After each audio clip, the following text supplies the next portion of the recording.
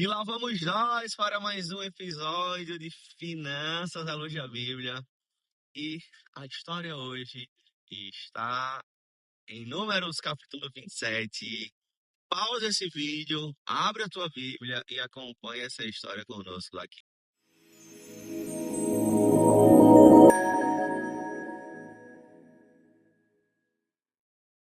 Gente, essa história, ela é maravilhosa.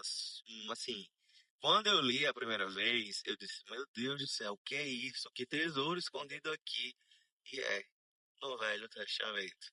Mas é uma história que nos ensina sobre finanças, especificamente sobre direito à herança. Herança é um assunto muito delicado. Boa parte das famílias não se preocupam com isso. É tanto que muitas famílias vão deixar e deixam dívidas em vez de herança para os seus filhos, netos, enfim. Gente, uma família responsável, ela precisa deixar herança e não dívida. Ah, Gregório, eu não sabia que é herdada dívida, né? Quando alguém parte, deixa, enfim, é endividado e tudo mais. Sim, se herda, sim, dívida também. Eu já tive a experiência de cobrar uma dívida de um parente que morreu e deixou a dívida para a sua mãe. Olha que coisa terrível, né? Um filho que morreu e deixou dívida para a sua mãe. Pois é, o banco cobra sim. Aí, dependendo da dívida, o banco vai na casa, vai na empresa, ou até dependendo da dívida, o banco ele pega de volta o imóvel, ele pega de volta o carro que foi financiado e que ficou ali sem seguro, enfim, é isso. Então isso acontece e isso é real e é muito doloroso, tá?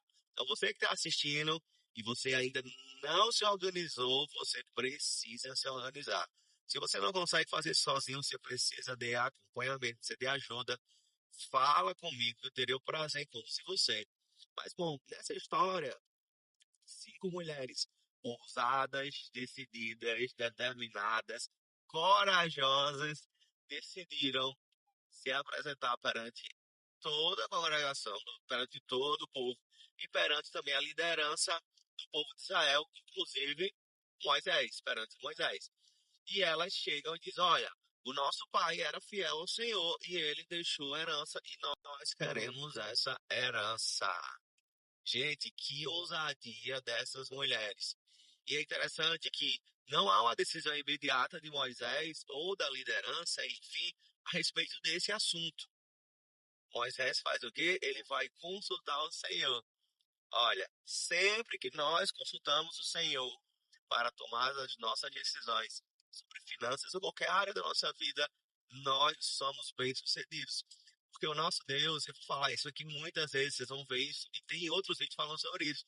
Deus conhece o amanhã, Deus conhece o futuro.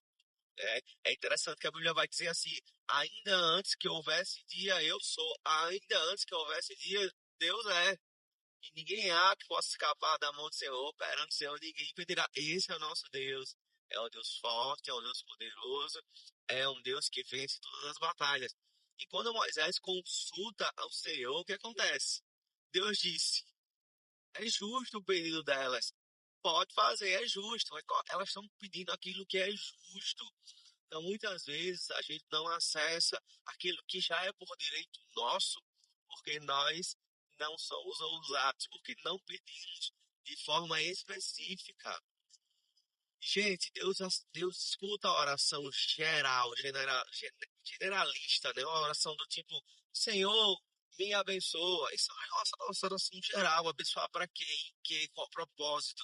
Então, sejamos específicos em nossos pedidos, em nossas orações, porque há nos céus um Deus justo, um Deus que ele olha para o pedido dos seus filhos, e é um Deus que tem compaixão, é um Deus que ele não falha, ele é o justo juiz. A nossa justiça, ela é, inclusive, à luz da Bíblia, como um trapo de imundícia, assim, a nossa justiça não vale nada, mas a justiça de Deus, ela é pura, ela é fiel, ela é verdadeira e ela não falha. E eu fiquei muito maravilhado com essa história, né? E Deus, né? Ele ouve e ele responde. E que bênção a gente ter esse Deus a nosso favor. Então, ore, creia, acredite e reivindique tudo aquilo que é direito seu. Tem direito que já está garantido e que você só vai acessar e tomar posse daquilo que é seu.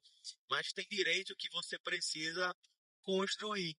Foi isso que aconteceu. Você precisa reivindicar para que ele seja feito, né? Para que se cumpra aquilo que você tem no seu coração e é do agrado do Senhor.